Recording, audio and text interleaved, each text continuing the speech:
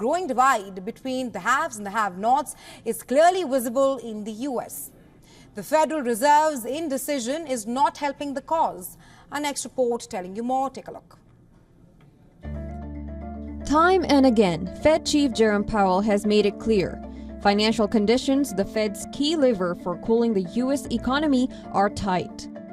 After an $11 trillion rally in U.S. stocks since late October and the sudden revival of meme stock fever, many on Wall Street think Powell is dead wrong. So while the stock market may be cheering up rich Americans, it's doing little to invigorate the less affluent. They are trapped by inflation and struggling to cover debts thanks to sky-high borrowing costs.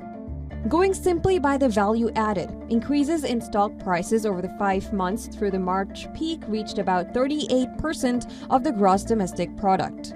That's a near unprecedented pace of wealth creation for the rich. Put simply, the fruits of the market boom remain unevenly spread among Americans, given epic disparities in wealth. This is reflected especially across generations and racial groups, while stock gains are still modest when adjusting for the impact of inflation. Consumer confidence remains stubbornly detached from the S&P 500 rally. Still, top investment firms predict the rally in stocks to rage on. With the S&P 500 index setting all-time high, BMO Capital Markets is now predicting even more gains through the end of 2024. That is even as the Fed's rate path remains uncertain. Inflation is a pressure cooker, and that's largely why consumer sentiment is so negative. Stocks aren't the only thing that has gone up. The cost of living since the COVID-19 hit has surged by the most in living memory for the vast majority of Americans. On average, spending on essentials such as housing, food, gas, utilities, and healthcare has reached nearly 65% of U.S. household budgets.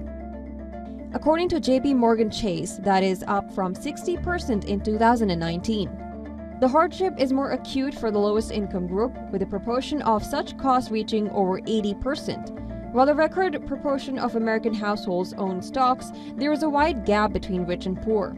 According to the Fed, the bottom half have $0.4 trillion invested in equities. That is only a tiny fraction of the $20 trillion owned by the top 1% of the population. Bureau Report, WION, World is One.